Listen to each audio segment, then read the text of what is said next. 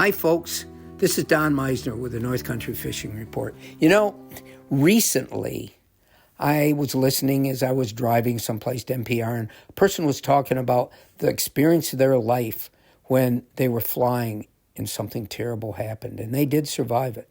Well, I have to tell you about one of the grandest fishing experiences I've ever had, and that was going up to Lake Athabasca in Alberta to fish for giant lake trout. Hardly anybody ever got to go there. It's a massive lake, and sure enough, the lake trout were gigantic, and we caught several that were in the high 30-pound range. That's a huge fish, but the goal was to catch a 40-pounder, and I never did. Well, so what?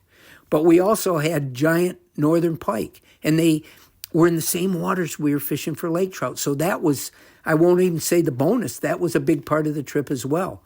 But what I wanted to tell you is the story that came out of there, the story that I wanted to share.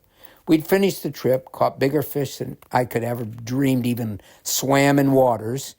And we were getting ready to leave, and we had to get our float planes and go back to a native reservation someplace in between. And there we would pick up another type of plane with wheels as opposed to the pontoons that we have and go on our journey to finally get back where cars could go.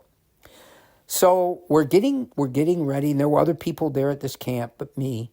And so there were too many to go in one plane ride. And so a whole bunch, well, I will say probably 6 people. These are little bitty planes. 6 people, all of them that weighed over 250 pounds, gets in the float plane. And I'm standing back, and I've never liked to fly anyway. And they all says, there's room for one more back in the baggage part, back where all the bags are and the nets are and so forth. Don, you look like you could fit back there.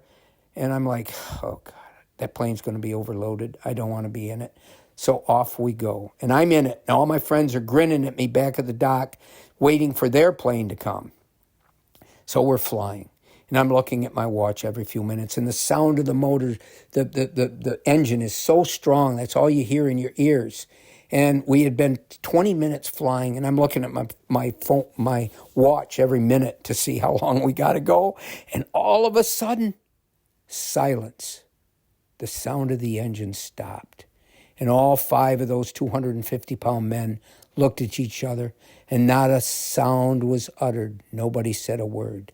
And the pilot is taking his hand and going back and forth at the rudder, whatever it was that he was doing, back and forth, shaking, doing this, doing that. Didn't know what he was doing, but nothing was happening except the silent or the sound of the wind against the outside of the plane. And again, nobody spoke. And suddenly the plane started going downward. And I'm like, this is my nightmare of life. This is the one thing I've always thought my head would be. And it's happening. It's happening. And I never spoke either. And then all of a sudden, I heard a pop, pop, pop, pop, like that. And the engine was coughing.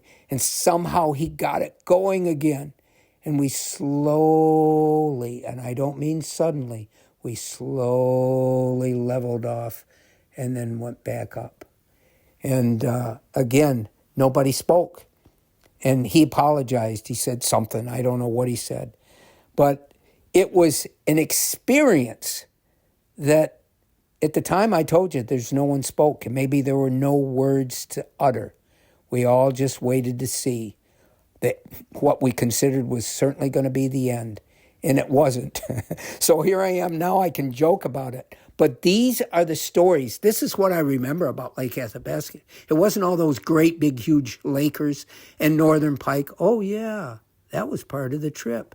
And I think back on that. But what I really remember is that silent engine and the rebirth of a chance to go on and tell you more stories as life would go on. Until next time, folks, this is Don Meissner with the North Country Fishing Report.